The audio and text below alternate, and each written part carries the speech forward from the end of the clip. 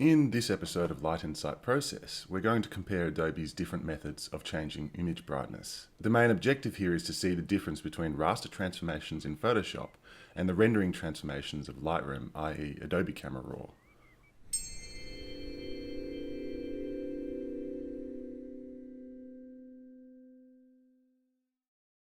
Welcome back, viewers. My name is Jeremy. Thanks for joining me. Have you ever noticed how different methods of changing brightness give different results? Using Camera Raw and Photoshop, I'm going to compare how these results perform when brightening underexposed images and darkening overexposed ones. There's a link to the DNG file that I'm using in the description if you'd like to follow along. The simple goal here is to create a table of images comparing the brightness transformations of Photoshop with the brightness transformations of Adobe Camera Raw. The dark image will be brightened by 3 EV and the bright image will be darkened by 2 EV to exaggerate the effects. Where Photoshop adjustments are not made using EV, the average image brightness will be matched using the mean histogram readout in RGB mode. The raw DNG file I'm using for this demonstration is from my Ricoh GR, and it's only a 12-bit 16 megapixel file, but it's got a lot of dynamic information, so a lot of information in the highlights, the shadows, and there's a lot of color as well. I've used Adobe Standard Profile and Process version 5. If you want to have a look at the composite image in detail, I've made a link in the description and you can zoom in on all of the different renditions to pixel peep if you'd like. Alright, so let's start. I am in Adobe Bridge and here I have the two files which I'm going to open. Firstly, I'm going to open the raw file, right click, open in Camera Raw. From here, I have to go down to the link, click the link, change the space to ProPhoto RGB, depth at 16 bits per channel, check open in Photoshop as a smart object. All of the settings are zeroed here, and I'm going to open the object in Photoshop. I'm also now going to open that live_curves.psd file. Thank you to Edmund Amiragyan. The link is in the description below. So double click it and we open it. A couple of things I have to do with this file first. Edit, convert to profile, change to ProPhoto RGB. So it matches the input space of the raw file. And I need to recrop it. So C, change the crop to be much bigger so I can fit the DNG file next to it. And here's the DNG file. I'm going to drag it over to the live curves file, sit it in the middle, and don't worry, it looks crazy at the moment, but it won't in a minute. Recrop it just to fit the DNG file and have the curves box in the top left corner. Now I'm going to make it so that the image looks alright and that the input output effects only affect the top left corner by creating a mask. So I'm going to control click the edmundam.com layer, and that'll give us a selection. We can apply that as a mask to folder by unlocking them first. Press create mask, and so that output is clipped. Now we also have to do the input. Control click the mask of the output, and that'll give the selection, and do the same for the input. I also want to change the line value, the gamma of the line value. I'll bring it a bit towards the center so that the adjustments are more obvious.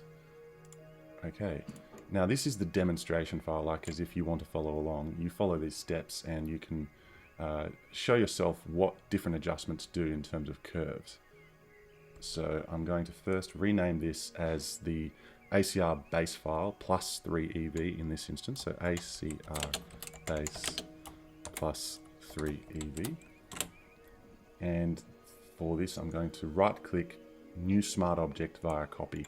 That's important. You don't want to just Control J, because if you Control J to duplicate the layer, any adjustment that you do to one layer will also affect the other layer. But I want to adjust each layer independently. So that's why that step is necessary. I'm going to rename this ACR. I'm going to right click, create another new Smart Object via copy, and I'm going to name this, double click, rename Raster. I'm going to create a folder above this. I'm going to name this folder Exposure. I'm going to put both the Raster and the ACR into this folder called Exposure. I'm going to create a subfolder, put that into Exposure. I'm going to rename this Raster. I'm going to put the raster file, the raster raw file, into that raster folder. And then above this raster file, I'm going to put the exposure adjustment. So there it is. We have the raster folder, which has the exposure adjustment layer within it. And below that, we have a camera raw file, which is its own independent file. And at the bottom, we have the ACR base +3 EV. So let's now change that to be +3 EV in exposure. Click the exposure slider, press 3, press enter, and enter again. And you can now see that this is what the 3 EV does to this file. What we're trying to do here is emulate the brightness of the exposure slider, which you can see has a mean image brightness value of 77.30. So we want to emulate 77.30 with any of the adjustment layers that we add to this document. So in the raster folder, I'm going to turn the raster layer on, and I have to adjust the exposure so that the mean image brightness comes to 77.30. So I'm going to shift that across, 65, 76.27, 77.32, that's close. And if we now turn on the input and output, we can see what the exposure adjustment does in terms of curves. So Photoshop's input and output follows this curve, which is quite a steep one and has a lot of clipping in the highlights. And we also want to emulate this curve in Adobe Camera Raw on this file below. So double click the thumbnail, come to the curves section and drag this across. And I believe it's about 66. We'll have a look. So the mean is 67.95, so I need to be a bit brighter. So double click, and this is just fine tuning to get the right brightness. I'm not going to do this too accurately because you can do that yourself if you want to. I've got another file that's pre-prepared with all of the adjustments accurate. So here you can see what the whole, what this whole document is about. You can see how different each of the adjustments look. Each of the transformations have a great difference in color and also tonal smoothness in gradation.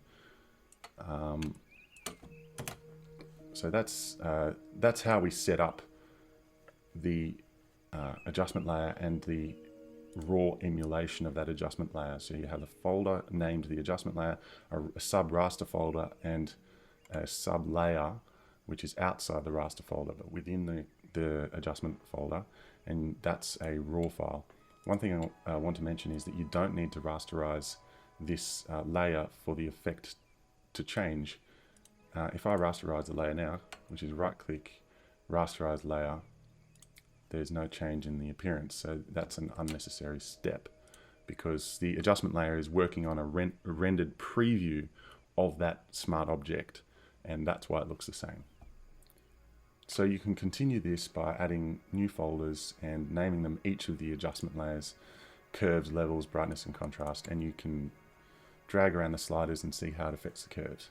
However, if you don't want to do that, you can watch my demonstration or have a look at the file in the description, which compares all of them side by side, each iteration. So this is the file that I prepared earlier. You can see this is the base adjustment of the exposure slider in Adobe Camera Raw, and that looks quite natural and good. Now let's have a look at the exposure adjustment effect, which I showed in the previous file. So this is the raster version. You can see the massive clipping up in the top left. It just clips all of the whites. Essentially anything that's above, I don't know, might be 50 has been pushed to 255. So that's why you get this nasty clipping in the white areas.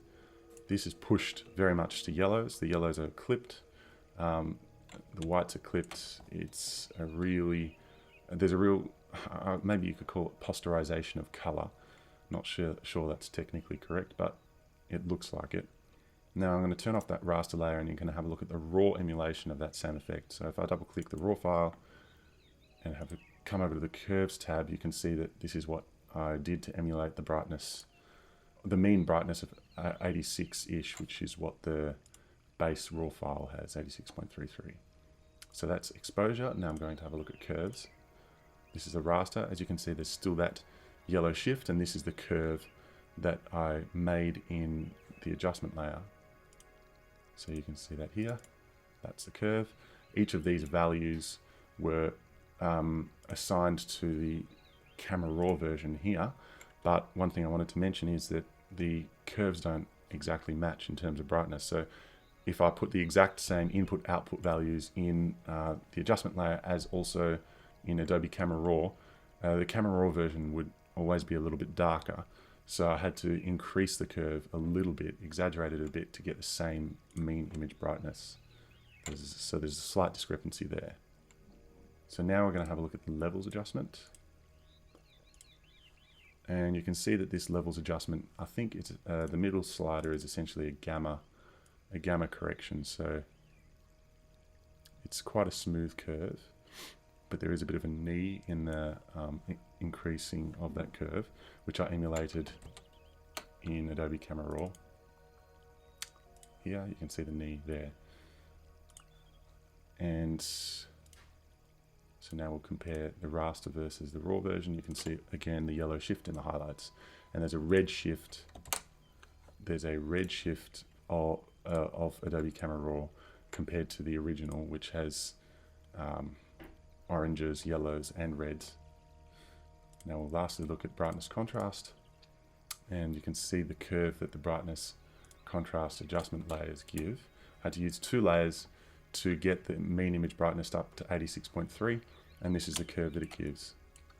So it's quite a sharp curve with its slight roll off at the top end of the curve. Comparing this to the raw version, you can see that the raw version has smoother color transitions in the highlights, and this is what the raw curve looks like. So quite close to that other curve in the adjustment layer. But again, the shift to the reds, and the adjustment layer has a shift to the yellows. This is quite nasty. This is all just block yellow, no smooth gradations like we see in the original, smooth color gradations and tonal variations. Lastly, I want to show you how the adjustment layers look when you put them on the luminosity blending mode. So you can see that the color is greatly lost, and there is actually an increase in brightness. So I'll undo that. You see it's 86.31, and I've changed them now to luminosity blending mode. There's real reduction in color fidelity, muddying of the mids going to gray, and the image has become brighter. I'll show you that with the other adjustment layers. So we'll do that with levels, changing from normal to luminosity blending mode. Turn that on, and you can see it's a bit smoother, but still this murky grays in the low mid tones and the darker areas. There doesn't seem to be any saturation at all. The highlight saturation is orangey and a bit unusual. Also do that with the curves. Quickly change this layer to luminosity blending mode. This is probably the smoothest because it's a smooth curve, but still you want to be really careful when using luminosity blending mode. You've got to know what you're doing, otherwise you're going to get pretty bad results, and you don't want to do major adjustments using that blending mode, because you'll shift away from the true color that the image was, and that's not what you want to do.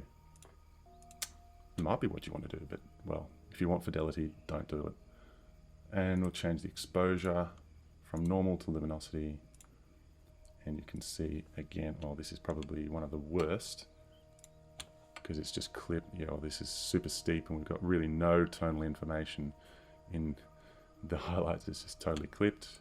Whoops. Let's have a look at this. You can see how muddy this area is.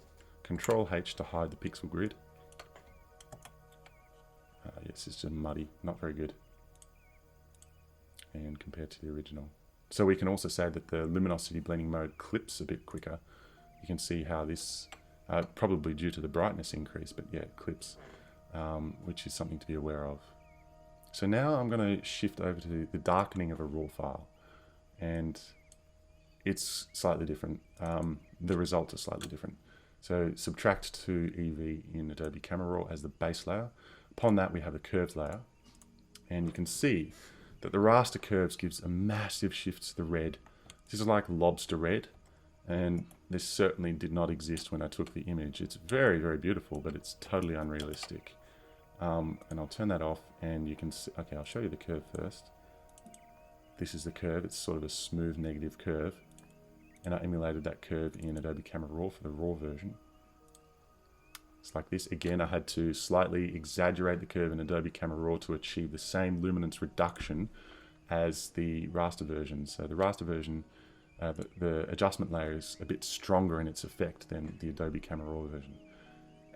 Just to recap quickly, we are comparing how these different adjustment layers look compared to an exposure slider shift in Adobe Camera Raw. We're trying to compare curves with the exposure adjustment. The exposure adjustment, I believe, uses image blending and multiple curves, which makes it look smoother, and that's probably why it's sophisticated and looks better. We're just showing what the different tools we've been given in Photoshop allow us to achieve compared to that adjustment, the exposure adjustment. So we have raster versus raw, and you can see with the raster there's that shift to the red. Turn that off, have a look at the raw version. It's almost a shift to the yellow. If you turn the raw version off and have a look at the original, we have the oranges, which haven't been translated to either the raw or the raster. It's a shift. It's the opposite of brightening the raw file. When darkening, the raster layer shifts to the red instead of to the yellows, and the raw file shifts to the yellows instead of to the red. So have a look at the levels briefly. Raster again shifts to the red. Turn that off and you have a look at the raw file. It's actually not too bad. It retains the oranges a little bit better. Sorry, raw versus original. Still some murky oranges here. This is sort of it's hard to see. Oh, Control H, but you can see there's some almost like a blocking of this orange. It's not a smooth gradation. Whereas if I turn that off, this might be a bit smoother in the original. That raster curve looks like this for the levels adjustment. That is the gamma correction slider here in the middle. You can see that doing this reduces the curve or brings down the curve, and I emulated that in Adobe Camera Raw in the Curves tab. A curve which looks similar to that negative gamma, or a reduction in the gamma midpoint. So turn that off, have a look now at the exposure adjustment, the raster version. You can see what the raster version does. It just sort of brings down the white point a bit and decreases the slope. So the slope is between 0 and 1, maybe 0.8 or something. And we can see that matching the the adjustment layer with the Adobe Camera Raw rendition of that adjustment, which is just the same, they give pretty much identical results, which is curious. Not entirely sure why. So that's exposure, and last we have brightness and contrast.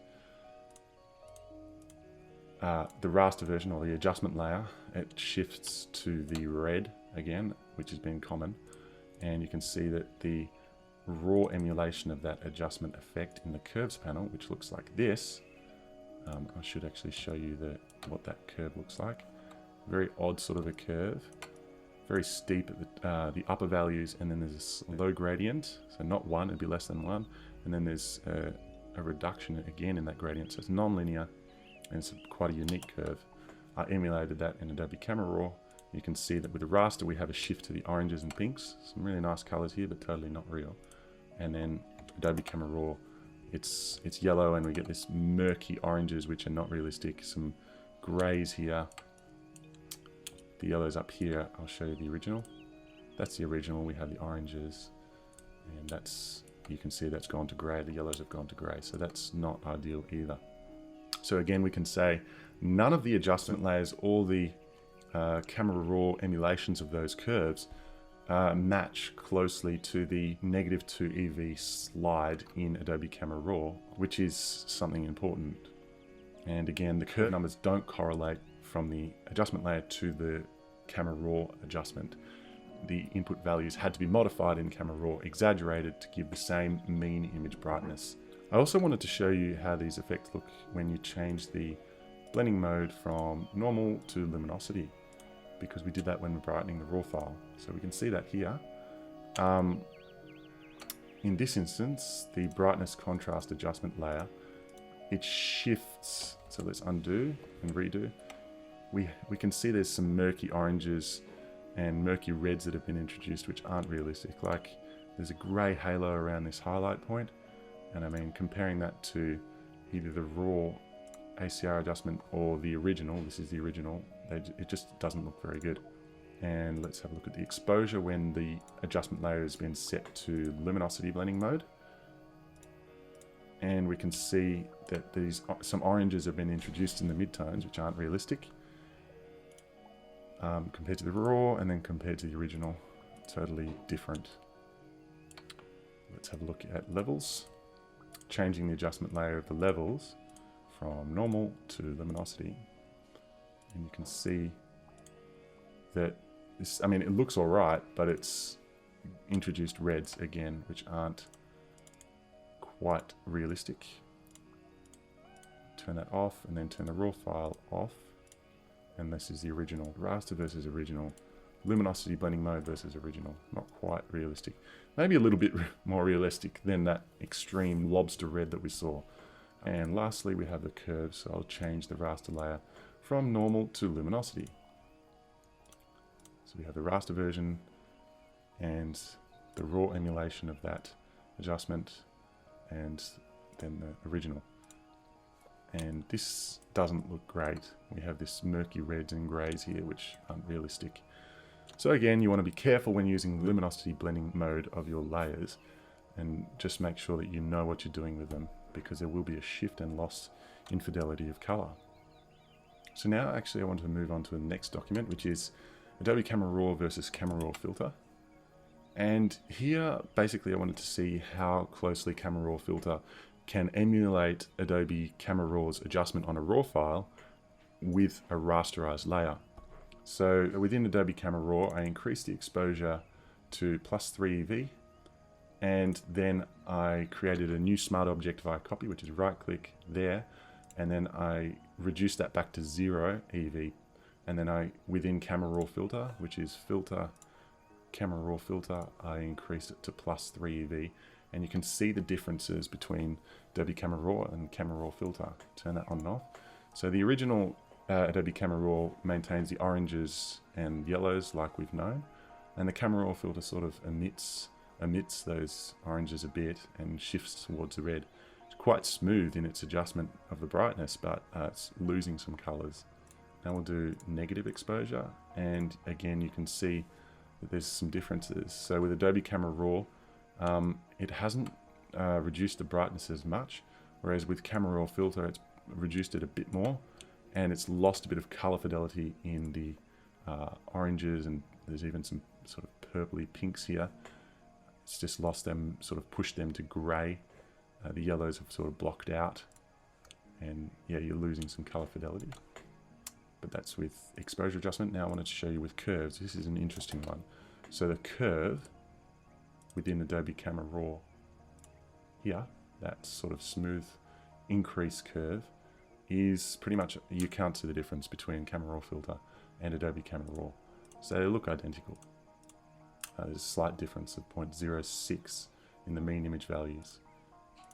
And it's the same with a negative curve. You cannot see the difference between Camera Raw Filter applied to a rasterized, zeroed out rendition of that raw file and Adobe Camera Raw. The curves look the same. Now I'm going to move on to 8 versus 16-bit processing, which is sort of quite an important one. The way I did it was that I had the raw file, which is this. I've zeroed all the values out, so this is essentially what came out of the camera and has the Adobe standard profile assigned to it. I've also added just a simple curves where I brought the white point all the way down to really brighten the darker areas, so I can show you what is happening in the absolute shadows when we change the bit depth. So if I close the black and white for now, open the color folder.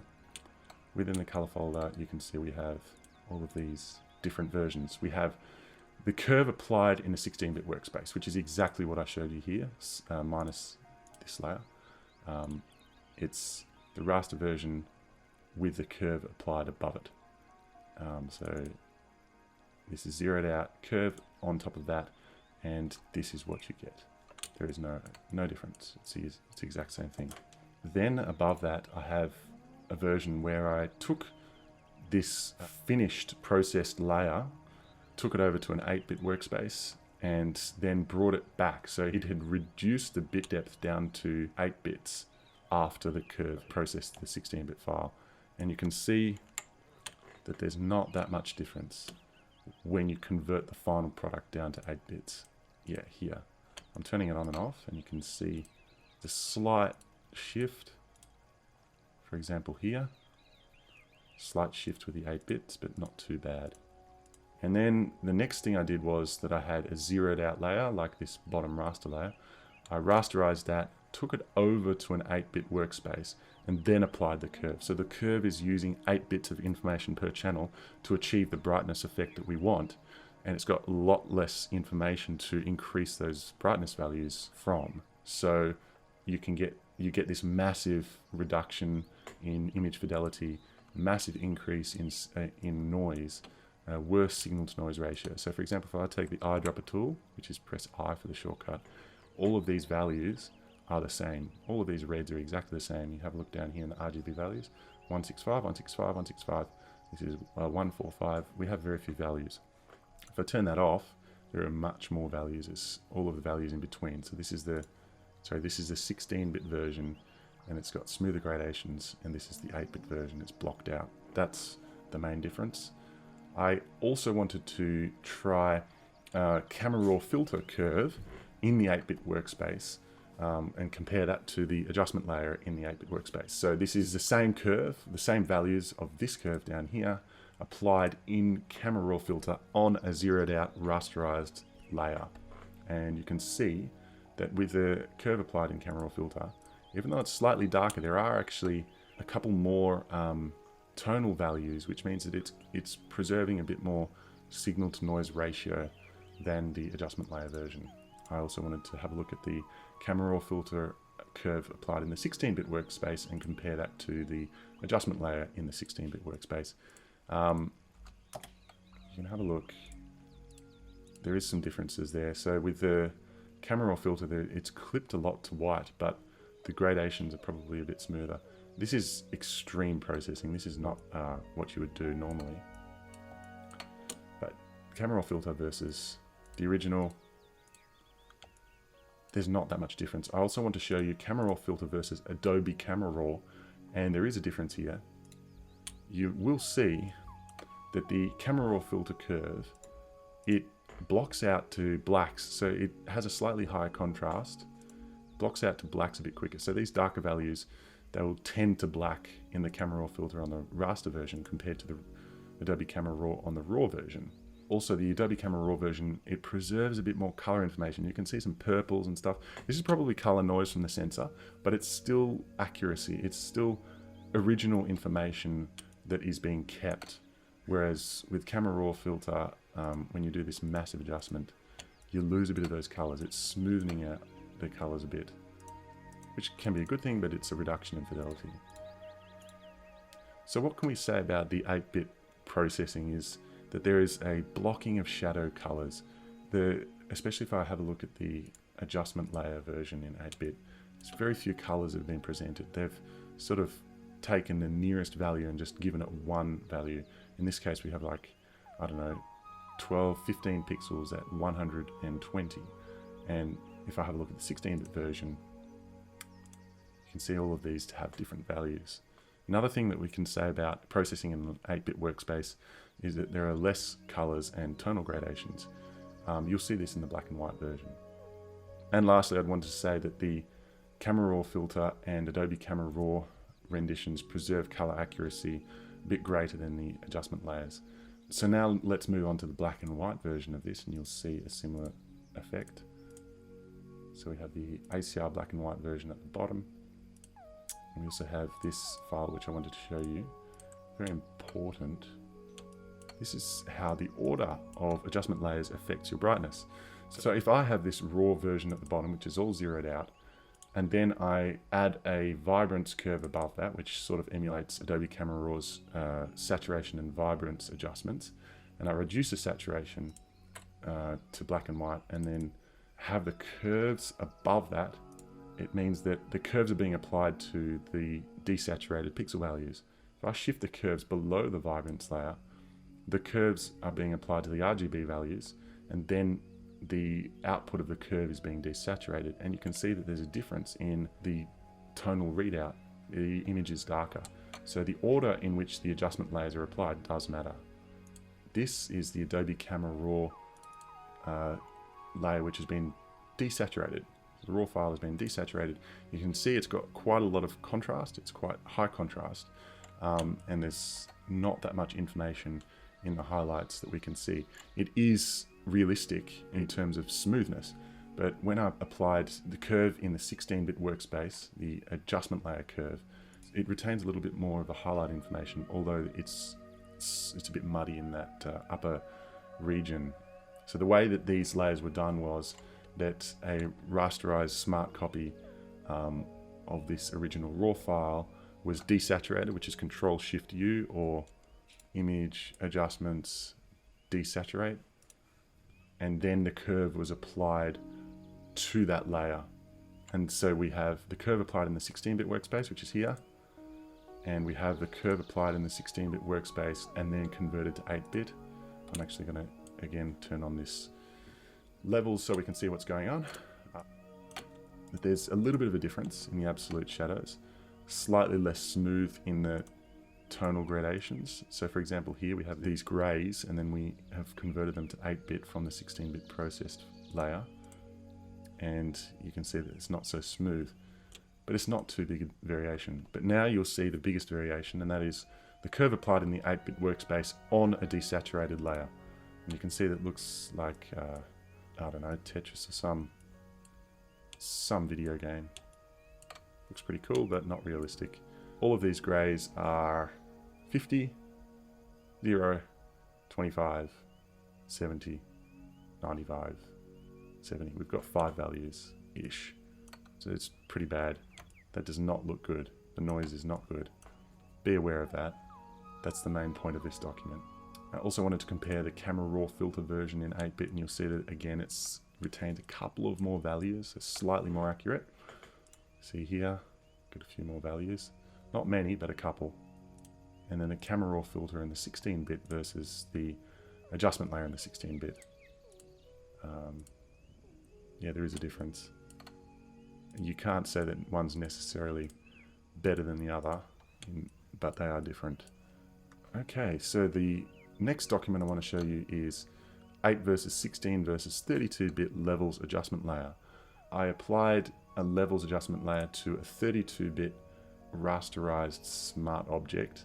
That is, the smart object was brought into a 32-bit workspace, and then I went image mode 32 bits, and it asked me to rasterize the file, and I did. That gave me the 32-bit layer from Adobe Camera Raw. Then I went adjustment layer levels and shifted the midpoint all the way over to 9.99 in all 32, 16 and 8-bit workspaces. I also did it in luminosity mode, so you can see how the adjustment layer in luminosity blending mode looks. So here we have the 32-bit version, then we have the 16-bit version and the 8-bit version. And I'll show you how that looks in the noise. So the 8-bit version is the worst. We've got pretty funky colors going on here. Control H to remove the pixel grid. So 8 to 16-bit is the greatest variation, and then 16 to 32-bit is lesser of a variation. 16-bit is probably the safest. Also in luminosity blending mode, this is 32-bit luminosity blending mode, 16-bit luminosity blending mode, and 8-bit luminosity blending mode of the adjustment layer. So the blacks have sort of really been, the noise is really more pronounced, fewer values, and not as robust when making the adjustment. So I'll turn this off. 8 versus 16 versus 32. Now the 32-bit also has a different color. So in luminosity blending mode, the color looks slightly different to 16 and 8-bit, which is more red and no yellows. The last document I want to show you is the curves layer. Photoshop curves follow the y equals mx plus c equation, and the c is the constant, so it's like an offset off of the zeroed line, which is the input equals the output value. In this case, the constant has been shifted up, so all the values between 0 and 64 have been shifted to 64, and all of the values between 191 and 255 have been shifted to 255.